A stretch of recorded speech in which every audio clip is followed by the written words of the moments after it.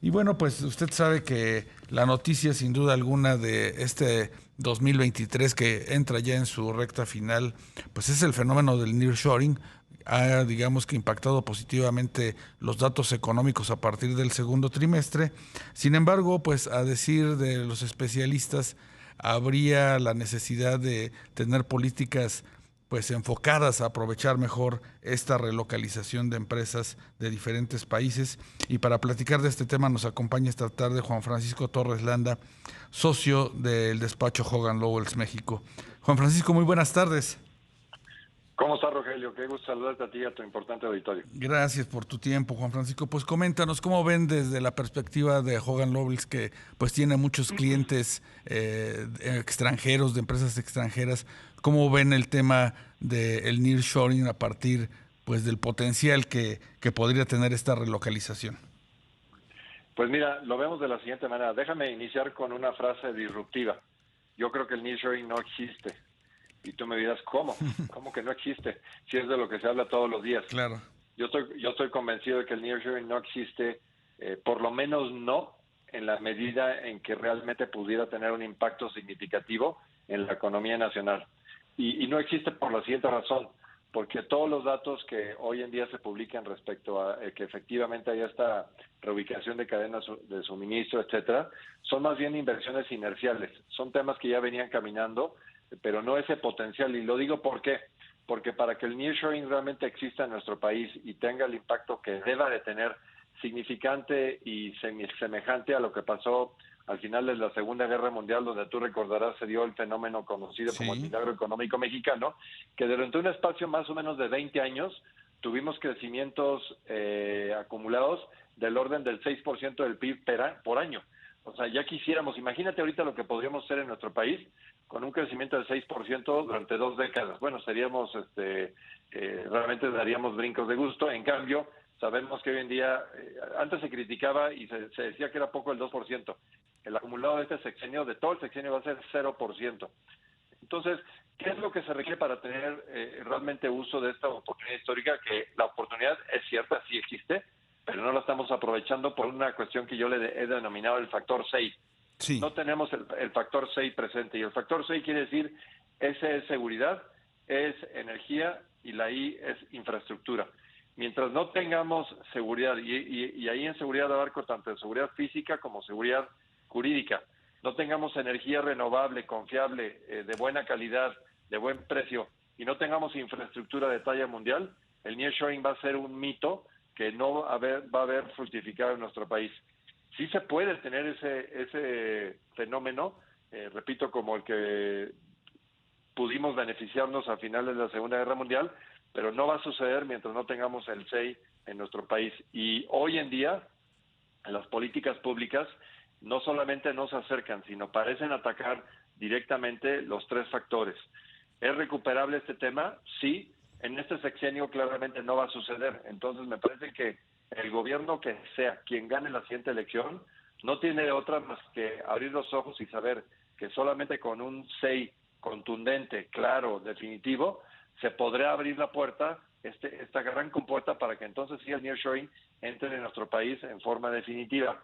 Hay un tema muy importante que yo quiero destacar. Mucha Sí. gente dice, no, es que México es el candidato por muchas razones, somos los vecinos de Estados Unidos.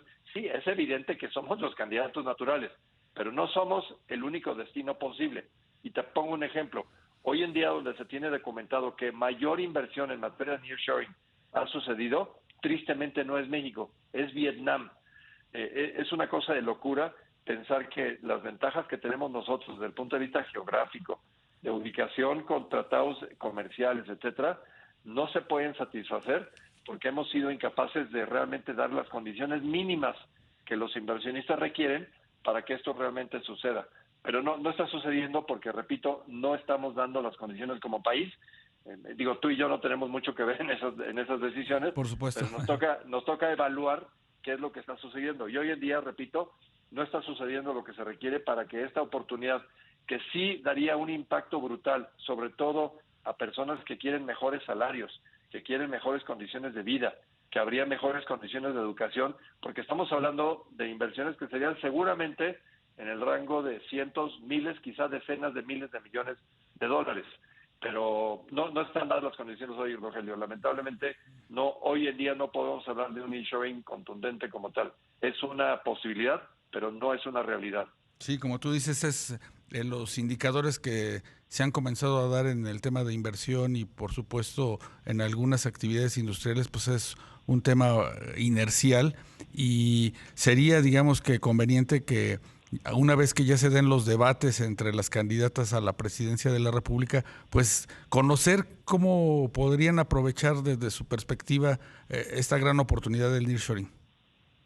100%, tocas un punto medular porque efectivamente, siendo el 2 de junio de 2024 la cita histórica probablemente más importante que nos toque vivir a los mexicanos, quizá en esta generación, uno de los puntos nodales será efectivamente determinar de las personas que aspiran a estar en la presidencia de la República, que nos digan frontalmente qué quieren hacer en cuestiones fundamentales. Y esto de aprovechar o no el nearshoring sí me parece fundamental, porque aquí no estamos hablando de una cuestión hipotética o de una cuestión que dependa, digamos, de estudios que no están hechos o de cuestiones que no están definidas. Está clarísima cuál es la tarea. Se llama SEI y hay que poner los puntos sobre las IES. Seguridad, energía, infraestructura. Queremos que el país transite hacia ese mejor condición y que nearshoring se vuelva el segundo milagro económico mexicano. Que nos lo digan, que nos digan exactamente qué es lo que van a hacer o qué no van a hacer, y pues ya que todo el mundo normemos nuestro criterio respecto a qué nos convence más y por dónde queremos empujar para ver si efectivamente, insisto, esto que es algo que muchos países quisieran tener frente a sí, lo vamos a aprovechar o lo vamos a dejar de lado. Esa es la gran pregunta y sí es muy importante, como dices tú, que quienes aspiren a dirigir y tener las riendas del país nos lo digan frontalmente. ¿Van a hacer lo necesario o no? Y ya nosotros decidimos por quién votar. Sí, y sobre todo cuando, como tú mencionabas al inicio de la charla, Juan Francisco, la economía mexicana podría estar creciendo a tasas de 6%, pero se crearían unos cuellos de botella colosales en todos lados, porque la infraestructura de México no da para esos crecimientos.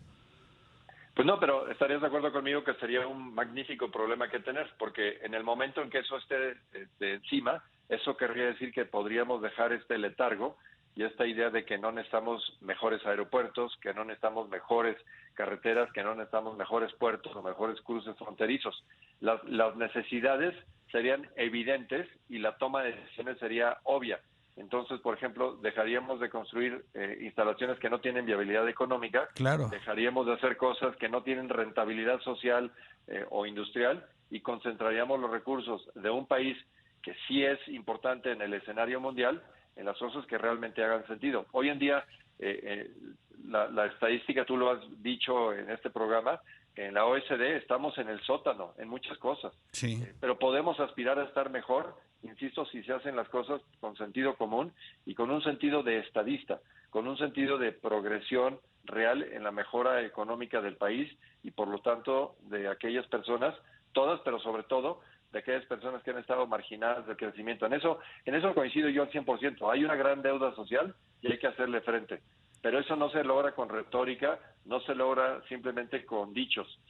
Hay que poner las cosas en orden y para esto, repito, tú y yo seguramente queremos, y no creo que nadie se pueda oponer en forma lógica, a que haya inversiones masivas en el país que nos permitan aspirar a tener condiciones económicas, repito, incluyendo a aquellas personas que hoy en día están rezagadas. Sí, y sobre todo también oportunidades para el sector privado, porque habría, digamos, que la impresión de que una parte de la sociedad considera de que el estatismo, el control, la regulación excesiva, pues es lo conveniente cuando pues procesos como estos del nearshoring requieren decisiones rápidas, que se invierta, digamos que de manera oportuna, pues para aprovechar esta corriente de capital. Sí, totalmente. Y si te fijas, algo que los inversionistas nos piden, nosotros somos asesores, obviamente tenemos una plataforma global de un despacho de abogados que tiene presencia en las principales plazas de negocios en el mundo. Y claramente lo que nos piden las personas que tocan la puerta y dicen, oye, me interesa estar en México. Y lo primero que nos dicen es, hay seguridad jurídica, hay certeza regulatoria, hay un poder judicial fuerte para proteger nuestras inversiones. Y pues digo, nosotros tenemos que decir sí a todas esas cosas, pero crecientemente es complicado convencerlos cuando las noticias señalan claramente que esas condiciones básicas para ser un lugar atractivo para las inversiones, pues en muchas ocasiones nuestro país ha venido fallando. Entonces, sí tenemos que mejorar nuestras calificaciones para que convenzamos a propios y extraños de que México efectivamente no solamente tiene una posición geográfica privilegiada, una relación estratégica con Estados Unidos y Canadá y con muchos otros países, sino que sabremos respetar las condiciones jurídicas bajo las cuales esa inversión va a llegar y que no les vamos a salir con novedades de que una mañana se ocurre una cosa, al otro día otra, los jueces no están reconocidos, se ataca a la Corte, se desconocen obligaciones, etcétera. Eso no abona a un clima de certidumbre y por eso las personas se rascan la cabeza diciendo, caray, sí será México, porque sí está cerca de Estados Unidos, pero no estoy seguro que sea el mejor lugar. Pues interesante lo que nos comentas, relevante, mejor dicho, a partir pues del proceso electoral que viene y ojalá pues sea motivo, ¿verdad? Sea parte de la agenda cuando logren debatir pues las dos candidatas a la presidencia. Juan Francisco Torres Landa, socio de Hogan Lovells México, gracias por estar con nosotros esta tarde. Siempre a sus órdenes, Rogelio. Qué gusto me da saludarte y hagamos todo lo necesario para tener un mejor país. Sí, por supuesto, Juan Francisco.